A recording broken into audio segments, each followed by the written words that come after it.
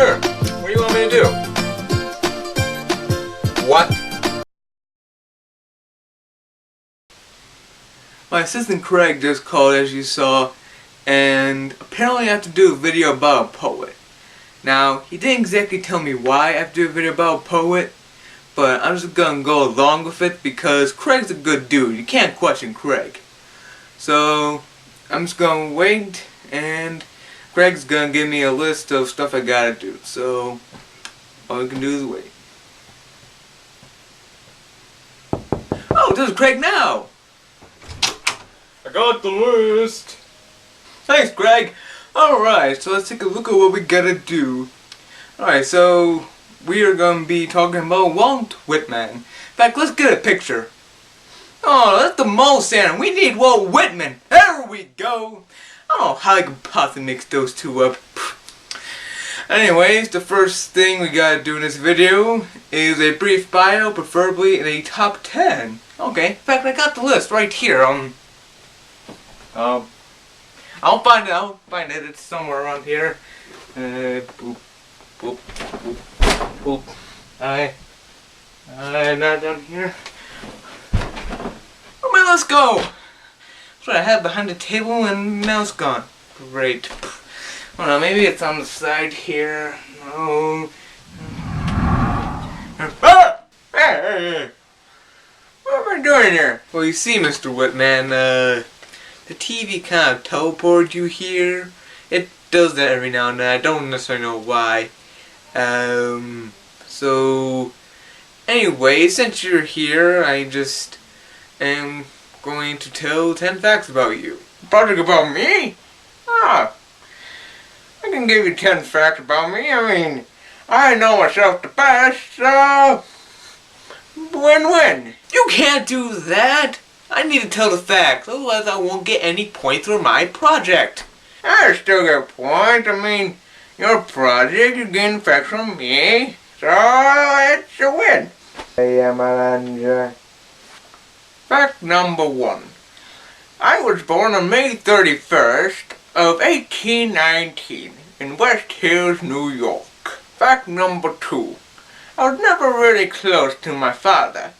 But to my mother, I had a bit more closeness to, because she was the emotional tombstone, as you would say, of my childhood. My father, although I respected him as a father, I never was really that close to him.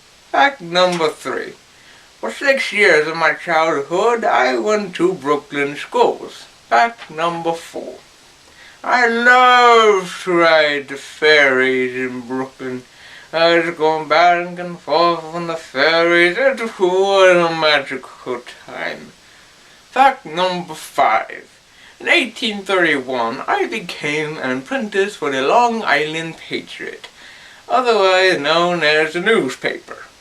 Fact number 6. What could I say? I can't think of anything else. I found the list! Alright. So I will tell you the remaining 5 facts, but first I need to send Mr. Whitman back before anything bad happens. It looks like he's gone now. So here we go. The remaining 5 facts of Walt Whitman. Number 6. Walt was never married. Okay, well that's just a great start right there, isn't it? Let's continue on. Number 7. Periodically, Mr. Whitman expressed a big outrage on the practices of slavery. Number 8. In the second edition of Leaves, instead of using spaces pages, Whitman tried to make a chunky fat book. Well, what he means by this is he tried to make a portable book that you can bring around in your pocket. Number 9. In March 1884, Walt Whitman moved into the only home he ever owned. It lacked a furnace and needed repairs. Oh, it just sounds like a great place, doesn't it, guys? I bet you all want to live there. No, I would. And for number 10, Walt Whitman died on March 26, 1892 due to biliary tuberculosis.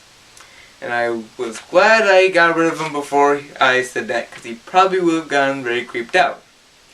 And now on to the next thing, which is top 5 recurring styles. Alright, we will take a look at that and see his common styles, and after that we will analyze a poem. And the poem of choice will be My 71st Year, and then make a poem. The 5 recurring styles that Walt Whitman uses are, first off, his poems are very short, usually within 1 to 4 stanzas. The second is that many of his poems are patriotic, such as America, Weave in My Hurry Life, and I Hear America Singing, etc. He uses very sophisticated language as well, and you'll see what I mean when I analyze his poem, My 71st Year. Most of his poems are usually in a point of view, meaning that someone is telling the story that's happening within the poem. It's not just a generic poem. Also, rhyming is either very rare or non-existent. In the case of My 71st Year, he does use rhyming, and I will show you what I mean in a moment. And those are the 5 recurring styles, so let's get into analyzing My 71st Year. After surmounting 70, with all their chances, changes, losses, sorrows, my parents' death, the vagaries of my life, the many tearing passions of me, the war of 63 and 4, as some old broken soldier, after a long, hot, wearying march, or as haply after battle, at twilight, hobbling, answering yet to company, roll call, here with vital voice, reporting yet, saluting yet the officer over all. Let's dissect this poem.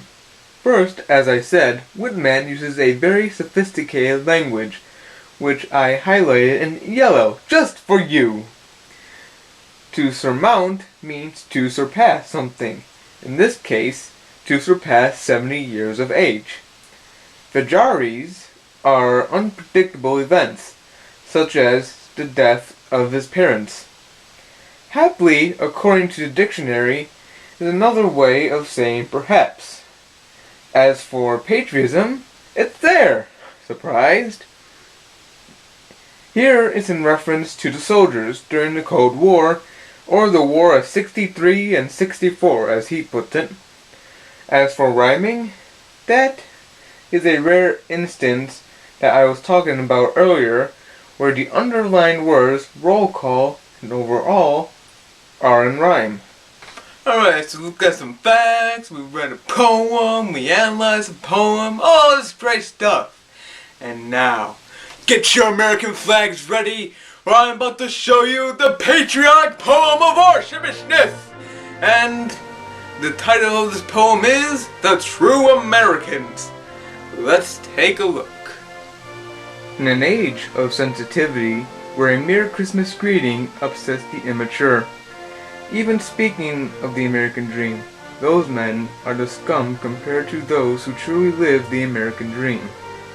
What it means to pursue such a dream does not require such puerile controversy, but to pursue a life of truth and justice, and to create opportunities to whom are willing to take on the challenge over simply being the cretin who whines. Those people are the true Americans. Alright, wasn't that patriotic adventure? Alright, so now we've got all that done, the video's over.